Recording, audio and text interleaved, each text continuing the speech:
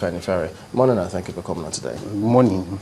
Yeah, interestingly, I mean, looking at all of these headlines, so many parties are registered, and today we see over 10 applications facing INEC in terms of new political parties waiting to register.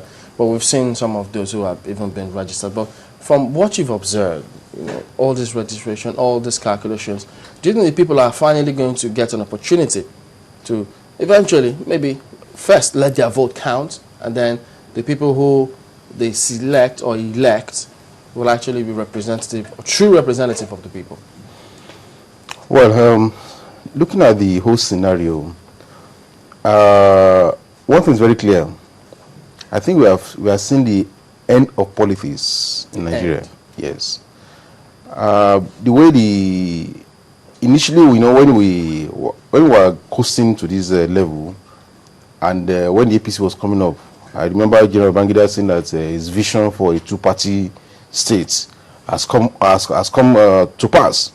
And initially, the promoters of APC were saying that, look, yes, we're not going to have two strong parties, PDP and APC and the rest. But after that, now we have seen PDM registered, VOP coming up yesterday, and then about 10 parties now are applying for registration because the stakes are just too high. Everybody is like, they say in Yoruba land that the day the elephant dies, you see all manner of the knives. Everybody wants to grab this thing, and they're not trusting each other that, oh, if I go and join him, when we get this thing, we share it very well. So let me go wear my outfit. And that's why you are seeing all manners of parties. But interestingly, the more the parties are coming, the less the people are having choices, because they are looking alike, they are talking the same, and like Kaniji said, you see, because and they're coming out promising all kind of things. But Kaniji said that as I grow older, I've learned to watch what men are doing rather than what they are saying, and that's where the rubber will hit the road.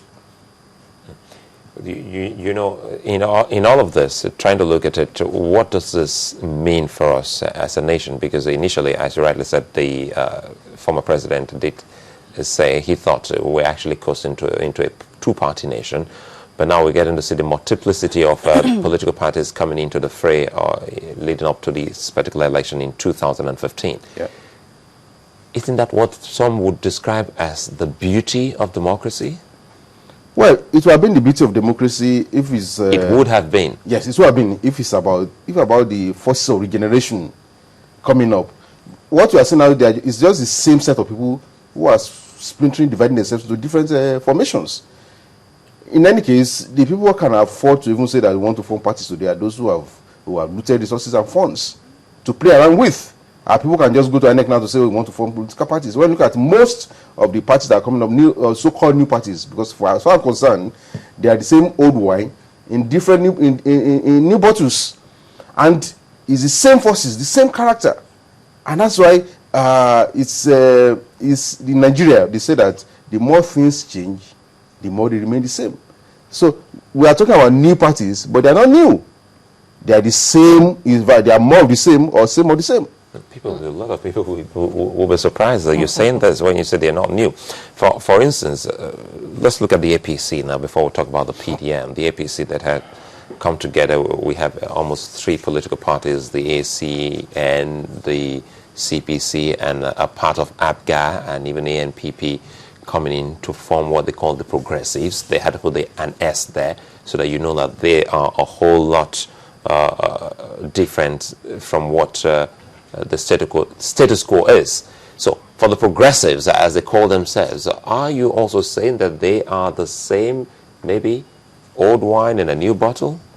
Well, maybe you may get some sprinklings here and there, but when you look at it in the main, I mean, it's all the same forces, and that's why when you look at their manifestos, for instance, hardly can you distinguish one from the other.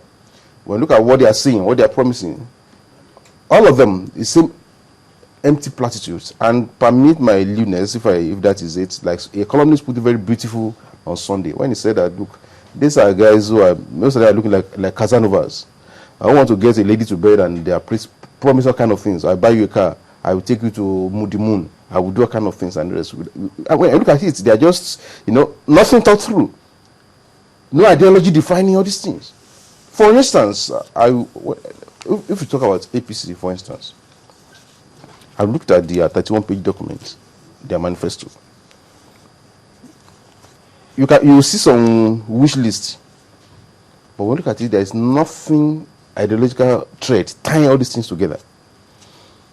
They are, for instance, talking of when you say you want to give us 40,000 megawatts of electricity in 4 to 8 years, you just know that somebody just wrote something on paper. How do you want to do that? In 4 years, 40,000 megawatts? Where we are today? They are telling us, okay, yes, we want to put 10% of our budget on education. And I say, okay, 10% on education. UNESCO is recommending 26%.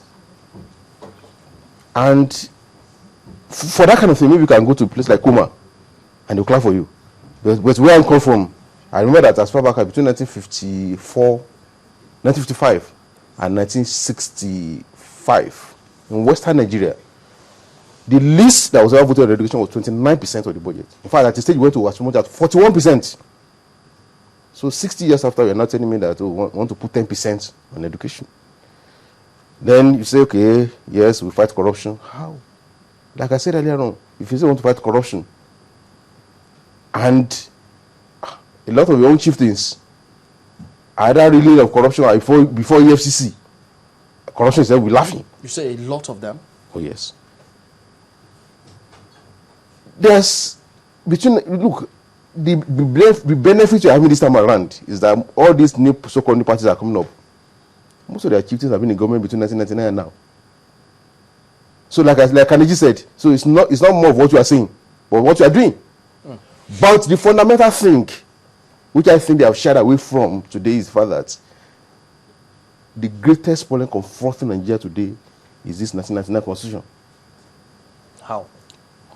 It's a constitution that has enslaved the whole country. Every problem you see in Nigeria today, one way or the other, can trace to the constitution. Because we pretend that we are a federal republic of Nigeria, yet what we have is a unitary constitution. And that constitution is promoting corruption, that's promoting waste, that's promoting underdevelopment, that's ensuring that you are equalizing underdevelopment. I will tell you, in 1999, when we started this experiment, the incidence of poverty in Nigeria was 46%. Today, it's over 70%. The stark poor. And yet, look at our resources, between 1999 and now, the resources that are coming to this country is more than what we have made between 1960 and 1999. Why is it that poverty is increasing? And yet, on one extreme, you have extreme poverty. On the other extreme, you have obscene wealth by politicians, people who are taking Ekelediku to Abuja in 1999. Today are flying jets.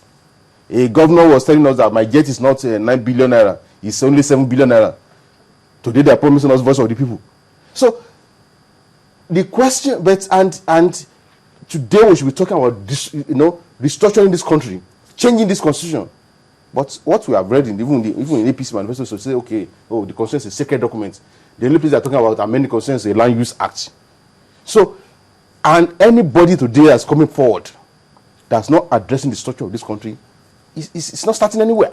We have some APC gentlemen, they've been here some time ago, and they talked about how they are different from the ruling political party, how they want to bring in change. And then they say here that if you look at their governors, they are progressive-minded, they are going about infrastructural development differently.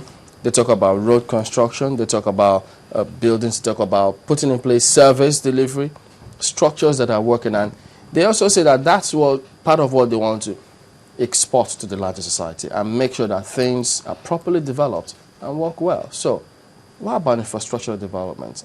Don't they have a point when they say that? Well, like I said, I'm sorry to give you, if you go to Kuma and you are telling them all these things, you cannot tell people who have a rich history behind them that in 2013, the other day I wept when I saw in Ibadan that the governor was commissioning one footbridge. And I saw people are tired in Ashwebi. for a breach at this age